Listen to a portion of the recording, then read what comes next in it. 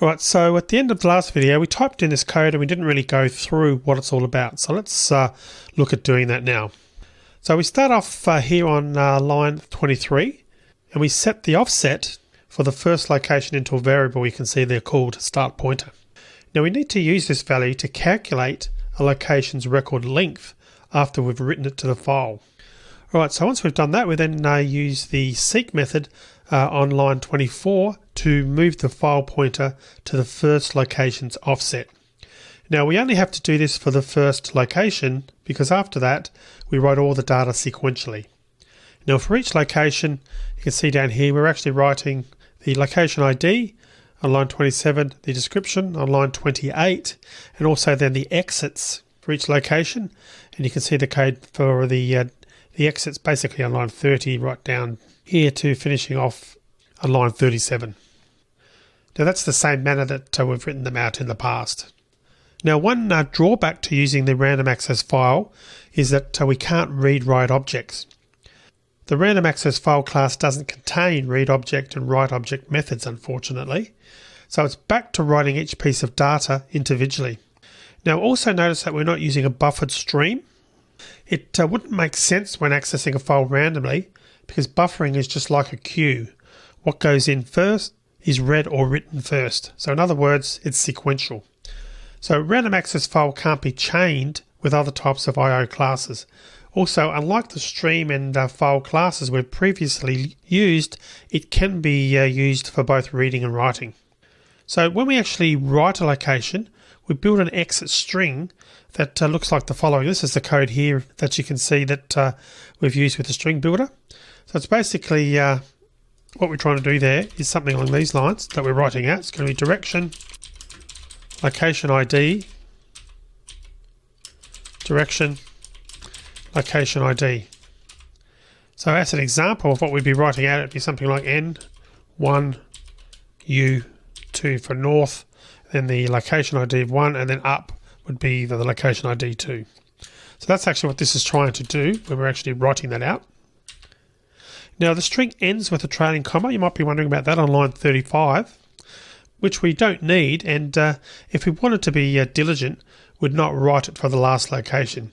But it doesn't actually harm anything, and this space isn't a problem for this file, so we're not going to check for the last exit case and try and remove that last comma. Alright, so after we've written the data, and obviously there is where we're writing the exits on line 38. So after we've done that, we've come down here to this code starting on line 40, and we create the index record for it. Now the start byte for this location is equal to the start pointer value, and the record length one, and that's what we've got the value there in the index record that we're actually passing, and the record length is the current position of the file pointer, which we're getting here with rao.getFilePointer, but then we're deducting the start pointer. So it's the current position of the file pointer minus the start pointer. And we're then adding the index record for the location using the location ID as the key on line 41, and then we update the start pointer for the next location, line 43. Alright, so that's actually the code. So at this point we've now written the locations to the file, and we can now write our index because we've got the full list of indexes available. So let's go ahead and do that now. And the code for that will be down here because we want to make sure that we've written out all the locations which we have there from the for each that we've got on line 26. So down here, what we want to do is do an rao.seek. We're going to seek the index start. Then we're going to do for integer location ID, and it's going to be index.keyset. rao.write int location ID, and rao.write int, it's going to be index.get location ID dot get start byte, and then finally rao.write int again, index.get, and it's going to be location ID again. This time the pointer is .get length, or the result rather is get length. Alright, so hopefully you look at that code and think it's fairly straightforward. So we we're seeking to the offset that we've saved previously on line 46. So that's where we're doing the seek, and index start was actually defined up here. So we set that to the offset previously, so we knew what that would be. So going back to that location again, then we're just looping through all the index records using the index.keyset and actually writing them to the file. Right, so let's actually run now the locations.main and actually just confirm that it actually works. And we might check out the file that it's created as well, just to see what that looks like. Alright, you can see we've got something written out there. We've also got this locations_ran.dat, so double click on that. So you can see at the top of the file here, this is a part where we're saving lots of ints. You can see that it isn't really readable, but if you look down here, you can see that we've got some strings in the location section that do appear to make a bit more sense. And you can see the actual exits there, east 12, west 14, comma, etc. So it doesn't all make sense, but again, it's not a human readable file, but you can hopefully see the gist of what we've done with this random file now. Right, so let's close that down. And what we want to do now is change the static initializer so that it reads the index from the file. So I'll go back and have a look at our static initializer here. Now, remember that we won't be loading the locations into memory anymore. We load locations on demand. Now what that means is that our locations.main method will no longer work because it depends on all the locations being loaded into memory. So if we wanted to run the method again, we'd have to change the static initializer to load all the locations, but then that would defeat the purpose.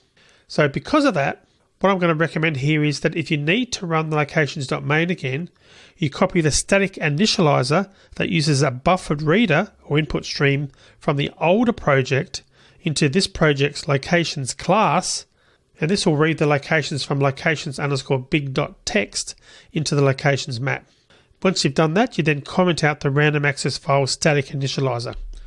Run the locations main method and then comment out the old static initializer, and finally uncomment the old one that uses the random access file. Now, because you may have to do that if something goes wrong and you want to write out the locations file again, we'll actually leave the class as is in terms of extending map and declaring a locations map. So hopefully that makes sense. So if you do need to access that again, go through the process that I've just outlined, and that will work. But with a bit of luck, you won't need to do that anymore anyway, now that we've got it working. Alright, so let's now write the static initializer that uses the random access file. The first we have to declare a field for the random access file, so let's go up and do that. And I'll declare it just below the index here that we set up. So we're going to call this one all private static. It's going to be a random access file, we'll call it array. Go back to our static initializer block. Alright, so let's go through and put the code, type the code in, and then we'll discuss it.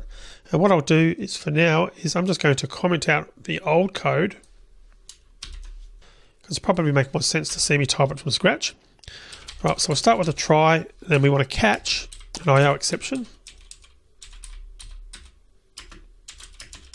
And we'll just print out a message if we happen to get an exception.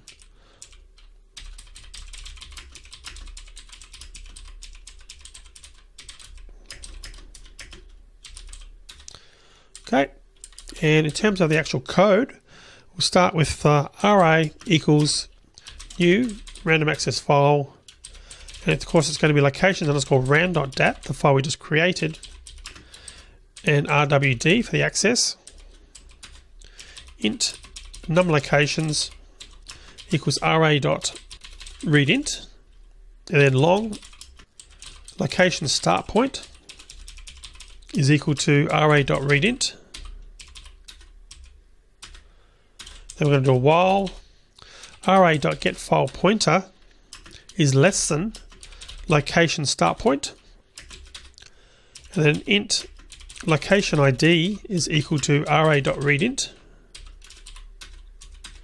int location start is equal to array.readint, then int location length is equal to array.readint. Then create our index record, so index record is equal to new index record, And the two arguments will be location start and location length. And index.put, location ID and record. And that's our code. So we open the file, as you can see here on line 66. And then we read the number of locations into a variable on line 67, and also the offset of the location section on line 68. Then we load the index into memory. Now to read the index, we're looping through until the file pointer reaches the location's offset. So we're doing the code, the while loop that we've typed in here, and we're reading the index and creating the records as we go. And I think that's pretty straightforward. As you can see there, we're creating a new index record and then just saving that. So we're not actually using the number of locations, but it's a good practice to write the number of records in each file section at the beginning of a file that will be accessed in a random fashion. So we might need this later on if we were to modify the application. So in case you're wondering why that wasn't used, that's the reason there. So that's really for future reference. And again, it's good practice to do that in my opinion. All right, so at this point we're actually done. We've written the static initializer block. Well, actually, no, we're not done. Our application won't work.